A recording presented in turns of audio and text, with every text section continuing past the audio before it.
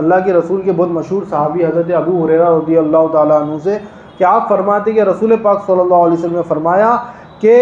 کسی آدمی کی جو ہے نماز جو جماعت کے ساتھ پڑھتا ہے وہ اس کا درجہ جو ہے 27 گنا، اس کا ثواب جو ہے اس کا درجہ جو ہے 27 گنا زیادہ ہے بنسبت گھر میں نماز پڑھنے کے یا دکان میں یا بازار میں نماز پڑھنے کے۔ یعنی جو لوگ کاروبار وغیرہ کرتے تو بعض اوقات جو ہے وہ لوگ دکان میں یا بازار میں بھی نماز پڑھتے، تو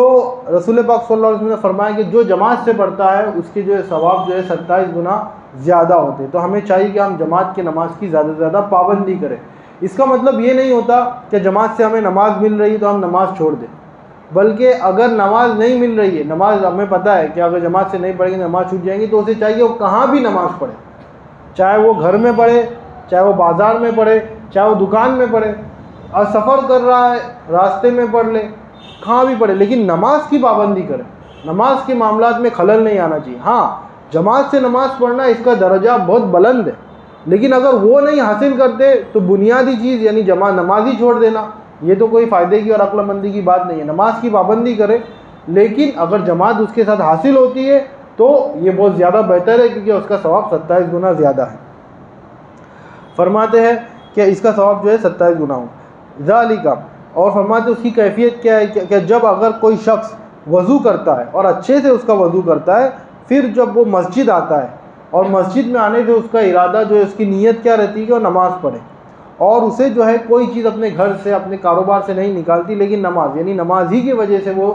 نکلا ہے، تو اس کا ثواب اور اس کا اجر کیا فرماتے؟ لم یخط خطوۃ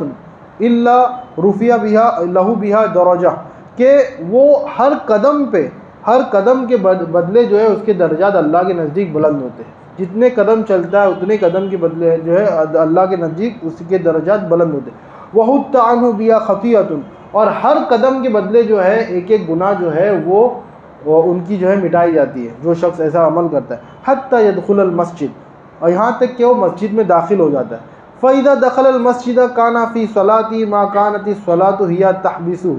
اور فرماتے اس کا مزید ثواب یہ ہے کہ جب وہ مسجد میں داخل ہوتا ہے تو اس کو نماز پڑھنے کا ہی ثواب ملتا ہے جب تک کہ وہ نماز کے لیے انتظار کرتا ہے، یعنی جب تک کہ نماز کا انتظار کر رہا ہے تب تک اس کو یہی ثواب مل رہا ہے کہ نماز پڑھنے کا ثواب مل رہا ہے۔ آگے فرماتے ہاں والملائکۃ یصلون علی احدکم ما دام فی مجلسہ الذی صلی فیہ، اور فرشتے جو ہے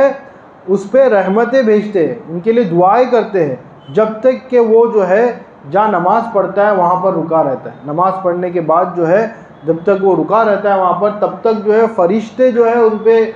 درود مطلب ان پہ رحمت بھیجتے رہتے، ان کے لیے رحمت کی دعائیں کرتے رہتے۔ وہ کہتے رہتے یقولون اللہم ارحمہم، اللہم ارحمہ، یا اللہ پاک اس بندے پہ رحم کر، اللہم اغفر لہ، یا پروردگار اس بندے کو بخش دے، اللہم تب علیہ، یا پروردگار اس کی دعا کو قبول، اس کی توبہ کو قبول فرما۔ تو جماعت سے نماز پڑھنا اور جماعت کے لیے آنے کا کتنا ثواب ہے۔ ہر قدم پہ پہلی بات اس کے درجات بلند ہو رہے ہیں، اور ہر قدم کے بدلے جو ہے اس کے جو ہے گناہ مٹائے جا رہے ہیں، اور وہ مسجد میں جیسے داخل ہوتا ہے تو اس کو نماز پڑھنے کا ثواب مل رہا ہے، اور نماز پڑھنے کے بعد بھی جو ہے ملائکہ جو ہے اس کے لیے رحمت بھیج رہے، اس کے لیے دعائیں کر رہے، فرشتے اس کے لیے دعائیں کر رہے۔ کتنا بلند مرتبہ ہے۔ کب تک دعائیں کرتے؟ ما لم یؤذ فیہ ما لم یحدث فیہ، یعنی اس کے لیے دعا کرتے ہیں یہاں تک کہ جو ہے اس کا وضو وغیرہ ٹوٹ جائے، نماز پڑھنے کے بعد اس کا وضو وغیرہ ٹوٹ جائے۔ اگر وضو ٹوٹ جاتا ہے تو پھر جو ہے فرشتے جو ہے اس کے لیے پھر دعا کرنا جو ہے وہ بند کر دیتے ہیں۔